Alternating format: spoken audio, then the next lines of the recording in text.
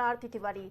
NDA ने उपराष्ट्रपति पद के लिए महाराष्ट्र के राज्यपाल सीपी राधाकृष्णन को अपना उम्मीदवार घोषित कर दिया है। ये फैसला भाजपा संसदीय यानी कि संसदीय बोर्ड की बैठक में लिया गया है, जिसमें प्रधानमंत्री नरेंद्र मोदी, गृह मंत्री अमित शाह, रक्षा मंत्री राजनाथ सिंह और भाजपा अध्यक्ष जेपी नड्डा शामिल हुए। लंबे मंथन और विचार विमर्श के बाद सीपी राधाकृष्णन के नाम पर मुहर लगाई गई। भाजपा अध्यक्ष जेपी नड्डा ने प्रेस कॉन्फ्रेंस कर इस बात की औपचारिक घोषणा की है। उन्होंने कहा कि राधाकृष्णन का राजनीतिक और सामाजिक अनुभव उपराष्ट्रपति पद के लिए उन्हें उपयुक्त बनाता है।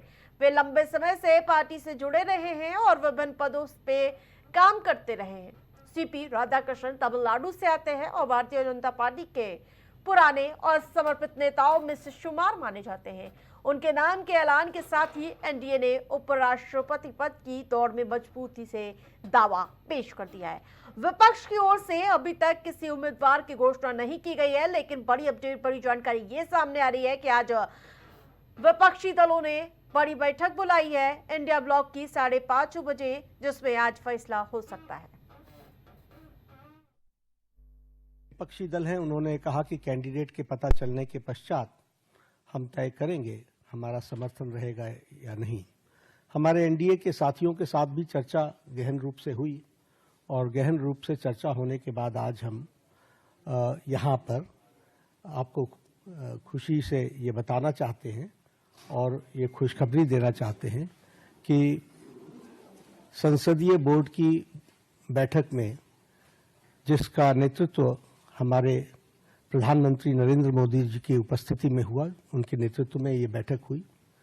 सभी पहलुओं पर चर्चा हुई और नामों पर विस्तृत रूप से जो पार्टी में एक्सरसाइज हुई थी, उन सारे एक्सरसाइज के बारे में डेलिब्रेशन हुआ, सभी के साथ चर्चा हुई, सुझाव मांगे गए और उसके बाद फिर ये तय हुआ कि हमारे उपराष्ट्रपति के प्रत्याशी के रूप में हमारे महाराष्ट्र के राज्यपाल श्री सीपी राधाकृष्णन जी, चंद्रपुरम पुन्नास्वामी राधाकृष्णन जी, उनको हम एनडीए का प्रत्याशी बनाएंगे और वो एनडीए के प्रत्याशी के रूप में रहेंगे। सीपी राधाकृष्णन जी, जिन्हें हम चंद्रपुरम पन्नुस्वामी राधाकृष्णन के रूप से जानते हैं, आपका जन्म अक्टूबर 20 1957 त्रिपुर में, तमिलनाडु में हुआ, तिरुपुर में, और इन्होंने bachelors degree in business administration उसमें इन्होंने पढ़ाई की। तो भारतीय जनता पार्टी से विकास जी हमारे साथ जुड़े हुए हैं और इसके अलावा उज्जवल पाठक कांग्रेस पार्टी से हमारे साथ जुड़ चुका है। लेकिन विकास जी, सबसे पहला सवाल आपसे ही होगा कि इस बार दक्षिण को साधने का पूरा प्रयास किया गया है सीपी राधाकृष्णन के द्वारा। विकास जी, बहुत बहुत धन्यवाद आरती जी आपका। आरती जी, बात दक्षिण के साधने की नहीं है, क्योंकि अगर आप दक्षिण की बात करेंगे तो इससे पहले वेंकैया नायडू जी उपराष्ट्रपति रह चुके, वो भी दक्षिण से ही आते हैं। तो मुझे लगता है कि जिस तरीके से भारतीय जनता पार्टी की काम करने की शैली है, अब नीचे से एक कार्यकर्ता को लेकर के आते हैं और जनता की सेवा करने का अवसर देते हैं।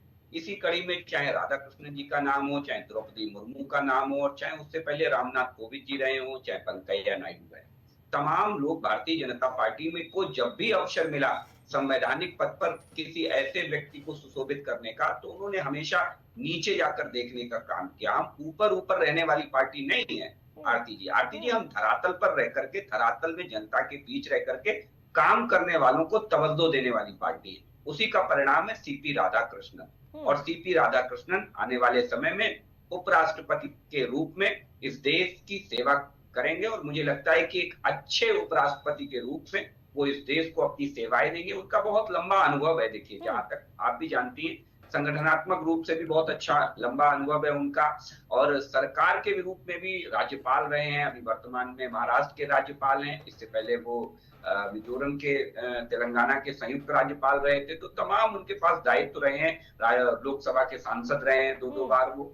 तो एक अच्छी पृष्ठभूमि भी है उनकी और मुझे लगता है उसका लाभ आने वाले समय में देश को मिलेगा, ये आप भी देखेंगे। ठीक है, लेकिन सीपी राधाकृष्णन, उज्जवल जी, कितना चैलेंजिंग होगा विपक्षी दलों के लिए, क्योंकि आप तो 5:30 बजे इंडिया ब्लॉक की भी बैठक होनी है। क्या तमिलनाडु से आपका भी होगा प्रत्याशी? और मेरा आपके और आपके दर्शकों को नमस्कार, विकास जी को भी मेरा नमस्कार। वर्तमान में भारतीय जनता पार्टी की सरकार को भारतीय जनता पार्टी के और एनडीए के संसदीय दल को सबसे पहले इस बात का जवाब देने की आवश्यकता है कि माननीय उपराष्ट्रपति जगदीप धनखड़, जो पूर्व में हमारे उपराष्ट्रपति थे, उनका इस्तीफा किस संदिग्ध परिस्थिति में हुआ, आज तक इन्होंने इस बात का जवाब नहीं दिया। इनके किसी नेता ने आज तक जगदीप धनखड़ जी के संदर्भ में कोई भी ट्वीट नहीं किया। माननीय प्रधानमंत्री जी ने एक औपचारिक प्रक्रिया को अपनाते हुए ट्वीट किया, जिसमें उनके कारणों को स्पष्ट रूप से देश के सामने सार्वजनिक नहीं किया गया। केवल 1 बजे तक माननीय उपसभापति महोदय राज्यसभा की कार्रवाई संचालित करते हैं, 4 बजे मीटिंग बुलाते हैं, अगले दिन बिजनेस एडवाइजरी कमेटी की मीटिंग बुलाते हैं और शाम को 9 बजे इस्तीफा दे देते हैं। तो पहले ये सच्चाई देश के सामने, जनता के सामने सार्वजनिक होनी चाहिए। अब इस्तीफा हो गया है तो प्रत्याशी भी घोषित होंगे, और जाहिर सी बात है कि इस बार 2024 का जनादेश इतना व्यापक रहा और इतना विविध रहा कि इसमें भारतीय जनता पार्टी की भी राजनीतिक औकात नहीं है कि अकेले अपना प्रत्याशी उतार लें। इसलिए यदि इन्होंने एनडीए के साथ मिलकर के अपना प्रत्याशी उतारा है तो स्वाभाविक बात है कि लोकतंत्र में इंडिया गठबंधन भी अपना प्रत्याशी उतारेगा। विकास जी, माननीय खड़गे जी के अध्यक्षता में इंडिया गठबंधन की भी मीटिंग प्रस्तावित है और मीटिंग में यह तय होगा कि हमारा प्रत्याशी कौन होगा। ठीक है विकास जी, बड़ा सवाल है कि आखिरकार जगदीप धनखड़ का अचानक इस्तीफा क्यों हो गया और वो कहाँ है? लगातार अखिलेश यादव भी आज यही सवाल प्रश्न कर रहे थे। जगदीप धनखड़ जी को लेकर के बार-बार राजनीतिक रूप से आप बातें कर रहे हैं। अब मुझे लगता है एक बार बताना चाहिए इस देश को कि जिनकी मिमिक्री बना करके उनके ऊपर हंसने वाले लोग आज बार-बार जगदीप धनखड़ जी के नाम की माला जप रहे हैं। तो समय के हिसाब से अपनी राजनीति को बदलने वाले लोग अपने कैरेक्टर को कितनी जल्दी बदलते हैं, ये जनता इनके इस वक्तव्य के रूप में देख रही है आरती जी। और आरती जी, जगदीप धनखड़ ने तो अपना इस्तीफा स्वयं लिखा ना, या मेरे साथी प्रज्वल जी ने लिखा, या इनके नेता राहुल गांधी जी ने लिखा, ये बता दें मुझे। जब धनखड़ जी ने स्वयं अपना इस्तीफा प्रेषित किया और उन्होंने स्वयं लिखा तो उसमें उन्होंने कारणों का भी उल्लेख किया। अब दिक्कत यहाँ पर है कि जिनकी परिणति में राजनीति इतनी अंदर तक गहरी जड़ों तक घुसी हुई है कि उन्हें हर चीज में राजनीति नजर आती है। आपने भी देखा किस तरीके से जगदीप धनखड़ जी की उत्तराखंड दौरे पर तबीयत खराब हुई थी, हम सब ने देखा, पूरी मीडिया ने उसे कवरेज दिया था और उन्हें अचानक से हॉस्पिटल ले जाया गया और वहां से वो दिल्ली आए। तो मुझे लगता है कि तमाम सी ऐसी चीजें होती हैं। और देखिए, स्वास्थ्य पर जब आप राजनीति करेंगे तो मुझे लगता है कि फिर बहुत अच्छी बात नहीं होगी मैं अगर सोनिया गांधी जी का नाम लूंगा, तो इतना नीचे जाकर के मैं राजनीति नहीं करना चाहता। और मुझे लगता है एक अच्छे राजनीतिक दल की परिभाषा भी यही है कि अपने राजनीतिक स्तर को इतना नीचे ना गिराए कि किसी के व्यक्तिगत भावनाओं को आप आहत करने पर उतारें। वो स्वास्थ्य कारणों से इस्तीफा दिया और उनका इस्तीफा उन्होंने स्वयं दिया है। ठीक है उज्जवल जी, अब डीएमके की ओर से, ठीक है लौटेंगे आपके पास, डीएमके की ओर से मांग उठाई जा रही है कि तमिलनाडु से एनडीए के जो वरिष्ठ जो उम्मीदवार घोषित कर दिए जा चुके हैं सीपी राधाकृष्णन जी, और वो डिमांड कर रहे हैं कि वहीं से हमारे भी प्रत्याशी होने चाहिए, उनके खिलाफ प्रत्याशी उतारे। देखिए, डीएमके हमारा इंडिया गठबंधन का एक बड़ा सहयोगी है और उसके पास दक्षिण में तमिलनाडु में एक व्यापक जनाधार है। और आज जैसा कि मैंने अभी बताया और खबरों में भी है कि आज इंडिया गठबंधन इंडिया ब्लॉक की 5:30 बजे बैठक प्रस्तावित है और बैठक में सभी जो भी नेता हैं, अपने अपने घटक दलों के नेता हैं और उनके संसदीय दल के जो नेता है वो मिलकर तय करेंगे कि प्रत्याशी कौन होगा। अब जाहिर सी बात है, बिहार के लोग भी मांग कर रहे हैं, कई लोग मांग कर रहे हैं, तो ये प्रस्तावित होगा मीटिंग में। इसमें मैं, आप या और कोई भी इसमें निर्णय नहीं ले सकता और अपनी कोई एक रूप राय नहीं रख सकता। ये तो मीटिंग में ही तय होगा कि प्रत्याशी कौन होगा। और जैसा कि विकास जी ने बताया कि विपक्ष दोहरी राजनीति कर रहा है, विपक्ष राजनीति के स्तर को गिरा रहा है, तो मैं विकास जी से केवल इतना पूछना चाहता हूँ कि आप ये बताइए कि एक व्यक्ति जो राज्यसभा की कार्रवाई को लीड कर रहा है, उसकी अध्यक्षता में राज्यसभा की कार्रवाई हो रही है, और यदि उन्होंने अगले दिन बिजनेस एडवाइजरी कमेटी के 1 बजे मीटिंग को सम्मिलित की है, तो इसका मतलब है कि वो पूर्णतः स्वस्थ है, अपने स्वास्थ्य को लेकर के पूर्णतः स्पष्ट है कि मैं अभी स्वस्थ हूँ। और उन्होंने एक विगत कार्यक्रम में भी घोषणा की थी कि मैं लगभग 2027 तक के अपने कार्यकाल में रहूंगा।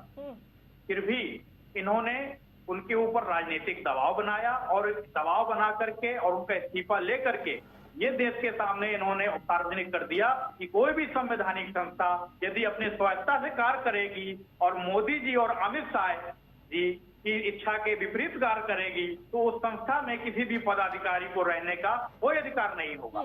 आज इस घटना ने देश के सामने ये इसको सार्वजनिक कर दिया कि देश में भारतीय जनता पार्टी की सरकार में सार्वजनिक संस्थाओं को, संवैधानिक वैधानिक निकायों को पूर्णतः स्वायत्तता रूप से काम करने का कोई अधिकार नहीं है। चुनाव आयोग भी आज इसका शिकार है। कल चुनाव आयोग की प्रेस कॉन्फ्रेंस की मीटिंग हुई, मीटिंग में लग रहा था, प्रेस कॉन्फ्रेंस में लग रहा था, संवाददाता सम्मेलन में लग रहा था कि चुनाव आयोग भाजपा के प्रवक्ता के तौर में काम। बिल्कुल, विकास जी जवाब दीजिए।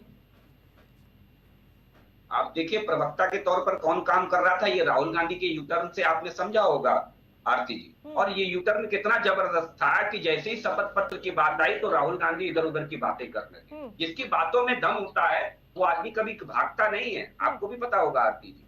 वो भागने का प्रयास नहीं करता। और राहुल गांधी जी के साथ ये कोई पहली दफा नहीं है कि राहुल गांधी यू टर्न मार रहे हैं। राहुल गांधी कई बार यू टर्न मार चुके हो, चाहे कोर्ट की दहलीज पर माफी मांगने की बात हो और चाहे जनता के बीच यू टर्न मारने की बात हो।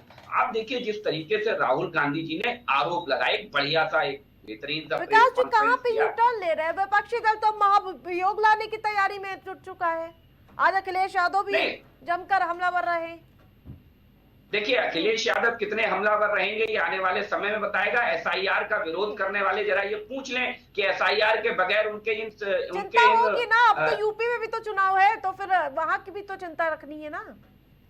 बिल्कुल वही मैं कह रहा हूं ना कि उनके एक घटक दल वोटर लिस्ट को चैलेंज करते हैं और दूसरे घटक दल कहते हैं एसआईआर वापस लो। तो एसआईआर के बगैर वापस लिए आप कैसे वोटर लिस्ट दुरुस्त कर सकते हो, जरा मुझे बता दें। और एसआईआर एक संवैधानिक प्रक्रिया है, ये कोई ऐसा नहीं है चुनाव आयोग ने मनगढ़ंत अपने हिसाब से बना दिया। एसआईआर पूर्व में भी हुआ है और आगे भी होगा। ये भी तय है कि या तो कांग्रेस पार्टी ये तय कर दे कि हम सरकार में आएंगे तो एसआईआर खत्म कर देंगे, वोटर लिस्ट कांग्रेस पार्टी अपने कार्यालय से जारी किया करेगी, कर दे कांग्रेस पार्टी। लेकिन मुझे लगता है संवैधानिक संस्थाओं को केवल इसलिए कटघरे में खड़ा करने की कोशिश हो रही है कि अपनी नाकामियों से ध्यान भटकाया जा सके। आप बार बार जो चुनाव देखिए, बहुत कहने के लिए उस बात को आप 10 बार कहिए, लेकिन मानने ना मानने वालों के बीच में कम से कम इस बात का फर्क अवश्य जाएगा कि जब आप चुनाव जीतते हो तो वही संवैधानिक संस्थाएं आपके लिए ठीक हो जाती हैं, अच्छी हो जाती हैं। मैं तो कहता हूं सामूहिक रूप से इस्तीफा दे दे तुरंत, क्योंकि सारे चुनाव चाहे आप अखिलेश यादव हो, चाहे राहुल गांधी हो, चाहे प्रियंका गांधी हो, ये उसी चुनाव आयोग के द्वारा, उसी ईवीएम के द्वारा चुनकर आए हुए प्रोसेस से चुन करके आए हैं। और रही बात उपराष्ट्रपति को लेकर के, मुझे लगता है उपराष्ट्रपति के चुनाव में सीपी राधाकृष्णन जी भारी बहुमत से जीतने वाले हैं, क्योंकि जनता का जन समर्थन, सांसदों का जन समर्थन, और मुझे लगता है कि इनके भी 2-3 घटक दल ऐसे हैं जन समर्थन